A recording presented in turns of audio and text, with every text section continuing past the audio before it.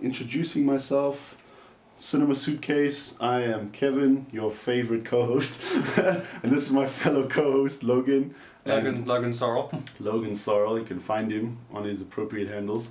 Let's see.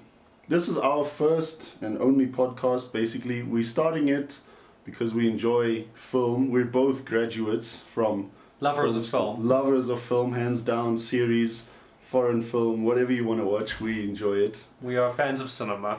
And our primary reason for starting this podcast, besides a hobby to enjoy ourselves, is to sort of push each other to learn new techniques, styles, and cultures that are out there. Because if you only watch mainstream blockbusters... Yes, we also appreciate, the indie films and also just the films that don't get as much recognition on the thing. Very, very true. That's definitely something that we're big into. Big fans of. I love stuff like that. And the thing is, there's so much available because of platforms like YouTube and I can't think of any others, but YouTube is the primary one I use.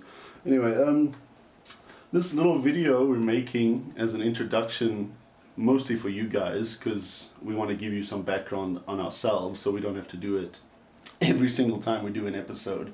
And we were in the same classes at film school. That's how I met him. Yeah, basically what happened was that I was sitting there in class waiting for the lecturer to walk in, and then he sat next to me saying, "Hey man, is the seat taken?" And then I looked at him, and then I thought, "Oh no!" He actually, for a second there, I actually thought he was my sister's ex-boyfriend, who I hated.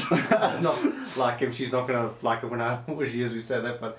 Yeah, no, I didn't like him that much, but then I was like, oh, okay, no. Okay, it's some new guy. It's a different guy. Yeah, off to a great start. I was immediately insulted by asking if the seat was available. The reason I got into film was because my grandfather was a big-time photographer. He didn't do it as a main profession. He was just a bit more beyond an amateur level photographer. He had a thorough passion and like a hobby. I really had a hobby, and so I was always around video and film related equipment as a youngster, which really sometimes I would take it outside by myself and go take random pictures of grass and shit, but I had a real love for framing, so that's why I thought, no, I have to go into film, because I'm a huge fan of cinema in general.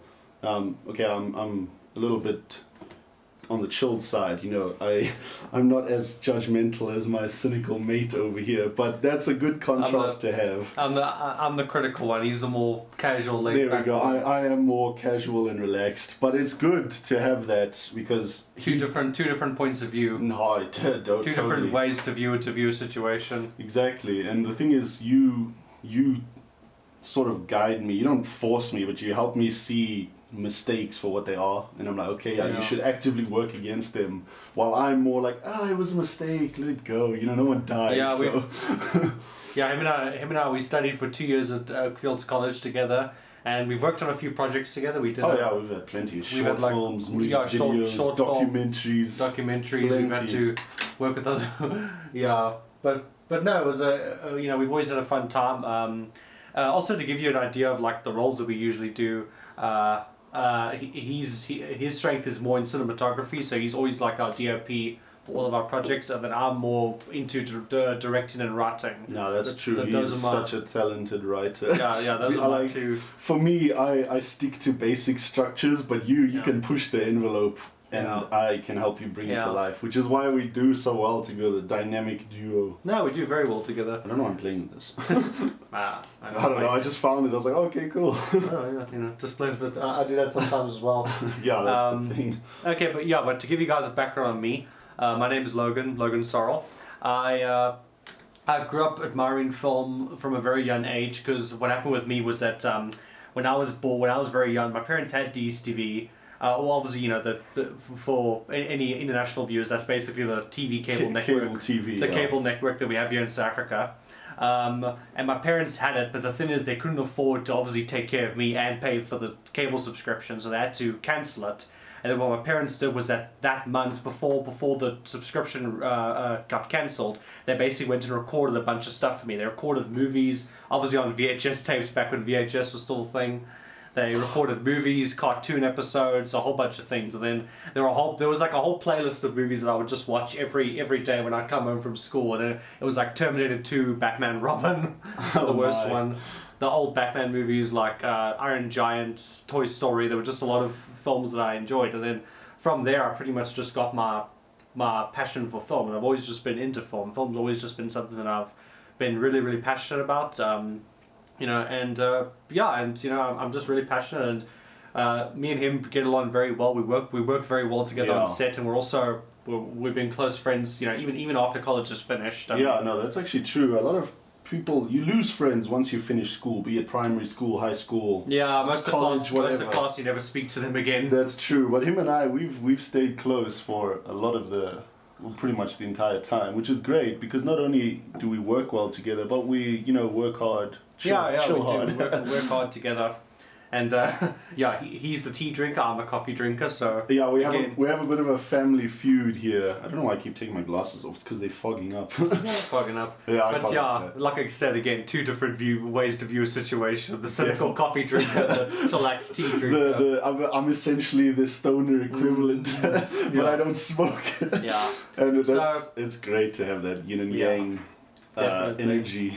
So just to give you guys just a rundown of like what we're going to be doing for the channel, we're going to be doing episodes for different movies where we just break down and discuss a movie, and then we're also going to talk a little bit about the technical side. We're going to talk a little bit about like some shots we like, maybe some edits, the style of editing that maybe we like as well.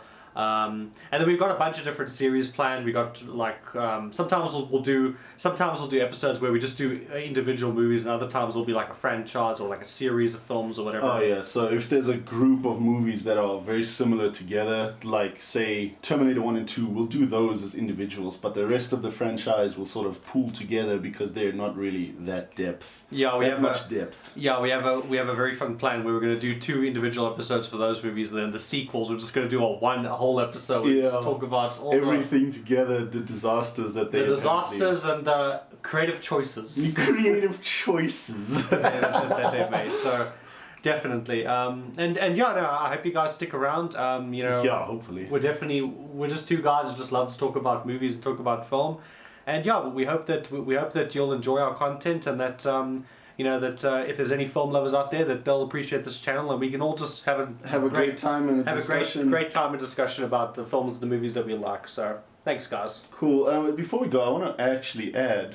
Another reason I think that we started this, I think we can argue, is that we want to sort of shift the negative stigma around South African cinema.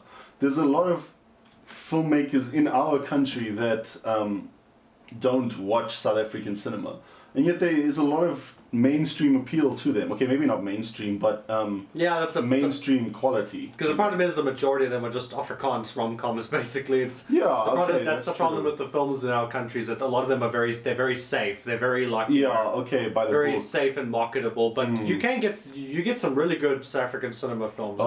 Look at what we watched, Jerusalem. Exactly. There you go. Jerusalem, District 9. Still my favorite South African film. I love District 9. That movie was awesome. So, if you guys want to know one filmmaker that inspired me as a kid, that was Neil Blomkamp. Oh, Neil Blomkamp, yeah. Neil Blomkamp, he absolutely. Peter Jackson's help. It was Peter Jackson, yes?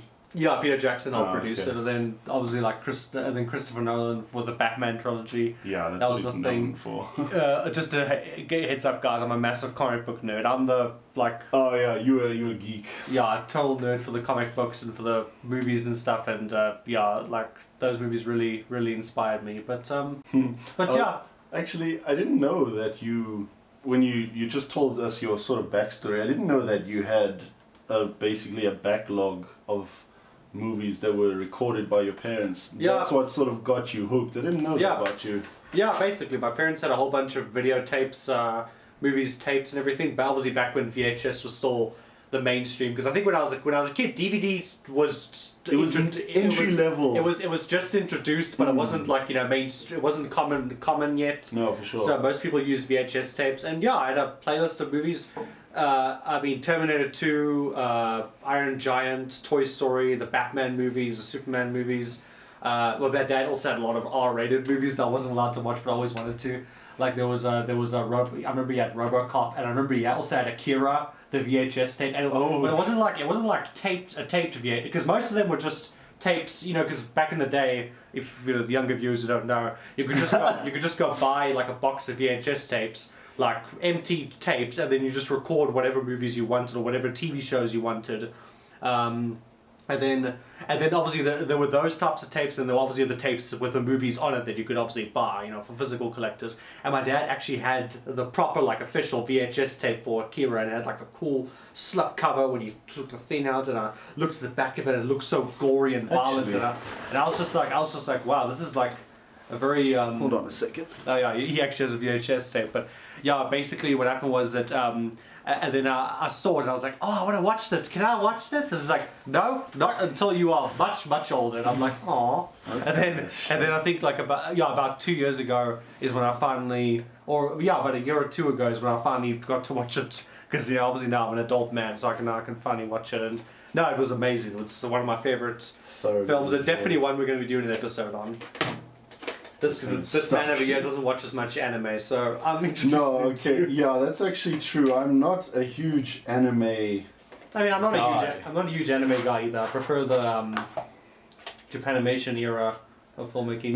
When was the last time you saw a VHS tape? Yeah, like, so what you used to do is you used to open you used to put the thing in the thing. We used to like go. And they would play. It would have the slots rotate. And then another spot is if a movie was on cable or whatever, and you really wanted to watch, you wanted to keep it, you could just put this thing in, record it, then keep it for yourself. That's how I actually saw Predator. And then people would write down the name of the movie. You could just use the little strap. Yeah. This is an old. I don't even know what's on this tape. It's some family-made thing, but I kept it because it's a VHS, and I love VHS tapes. Nah, man. Like old retro tech. I love. I mean, look at this. Okay, it's not really technology, but these things I still love, and you don't really find them today. No, now they have those. Now they have those like the black sunglasses type things. I love those as well. I mean, I take them to the cinema, but those retro things, I'm keeping them. Yeah, no, definitely. So I'll just put that away. So yeah, anything else you want to touch on before we close out? I did have something. I think it's alright. No, I think I should be good. Okay. No, I'm good. That was literally just an introduction. Yeah, just a short little introductory episode, just to introduce you to us and before we drop the first episode, and to give you a hint about the first episode we're doing. It's one of these posters that you see on the wall here. One of these movies is going to be the first one we're going to do. I totally ruined that for you guys, but I'm keeping it in because that was a lot of fun. Exactly, yeah. You know, it'd be very ambitious if we were just like, okay, guys, first episode, Avengers Endgame, and then that's it. We would roll the credits. We'd have a 3-hour-long episode, and we'd never record after that. Never record an episode again. No, it'd be like Avengers Endgame. That would be the pinnacle to a lot of people out there. So. We'll get to the MCU eventually, but and the DCU. And the DC. Oh yeah, of course. He's a DC huge fan. I enjoy what Marvel achieved. I still enjoy DCU. DCEU is DCU. No, I mean the Marvel achieved a lot. Like they really did achieve a lot. I mean, I'm not someone who agrees with that super movies are stupid and that they're roller coaster rides, whatever. I mean, I don't agree that they should be diminished just to that, but I do agree that there is, especially with the Marvel movies, there is like a formula that they repeat with every single movie. And Avengers, there are a few movies like Avengers Endgame that sort of break it a bit, and obviously like shows like WandaVision and stuff. Yeah. We will get to that when the time comes, but it's not really a planned episode thus far. Not the MCU in general or specific standalone movies. We have more important we'll get there eventually, but yeah, thanks guys. If you're watching this, if you've watched it all if you made it to the end, well done to you, because you, and thank you very much. We really do appreciate it. Indeed. You know, we're just two guys, just want to talk about movies and everything, have fun, make jokes, and please, and learn. Of course, that's why we're here. We're here to learn both from each other and new things that are out. So So if you guys want to stick around, there please. We go. If you guys want to stick. Sorry, I'm killing your outro. What I remembered. I'm sorry. What I wanted to say is, what's great is your cinematic knowledge is a lot larger than mine. Yeah. Like I have a starter kit. That's it. Like the big titles. That's what I know, and I have a few like niches and independent things. But yeah, he does have a few niche movies that he's introduced me to that I didn't know about. So that's what I wanted to say. Is I learn a lot from you because you know a lot more about like director history and theory and stuff like that. If you tell me 2 years ago who's Christopher Nolan, I'll be like, it's all some dude, of course. Some dude. Yeah. I don't really put that much thought into understanding the person so much as what they made. So I don't know. The thing is, because I watch a lot of movie reviewers, and I watch obviously the big names like Chris Stuckman and everything. I love Chris Stuckman. You see, I have no idea who he is. No, you have no idea who he is. But then what I admire about him is that every time when he does a movie, when he reviews a movie, the first thing he says who the movie was written and directed by. He obviously doesn't go through the whole cast and crew and everything, but he does say who the film was directed by, and that kind of conditioned me to always go look up the director. Like every time I go watch a movie, I always quickly while I'm watching, I quickly pull out my phone and go on to IMDb and just check who the director's name is. Okay, you do a bit of a background check. I'll go check what other movies he's done or what he or she has done and all that type of stuff. I can admire that actually. I didn't know about what you just said, but the fact that he mentions who does what in like the sort of major roles. That is great because it sort of ingrains you. Because the thing is, he's not just a movie reviewer / YouTuber. He also does his own short films and everything. And I've done my own short films as well, and it's just something I admire and everything. Yeah, working on them. I'm working on them, but yours are brilliant. I love yours. They're great. Yeah. Simplistic, but I found some I don't know if I can say it on camera. Do you know Capitec Bank? Yeah, Capitec Bank. Okay, the South African bank for you guys that don't know. One of the many many banks. Many bank branches in this country. Their slogan is "Simplicity is the ultimate sophistication," and I agree with that. Sometimes that is actually a good slogan. Something very simple is often more powerful than very complicated, complex designs. It's great. But anyway, we're going off topic. Nonetheless, that was our little introductory video to who we are, the sort of relationship we have, why we're here, and sort of our end goals, which is to have fun and to learn from each other as well as outside cinema. So if you want to come along for that journey, I don't see why you cannot. That's the point. Alright, okay, yeah, cool. But yeah, guys, thanks very much for watching this video, like you said, and please like, subscribe and share these videos with whoever you know is interested in cinema, and yeah, thanks guys. Thank you.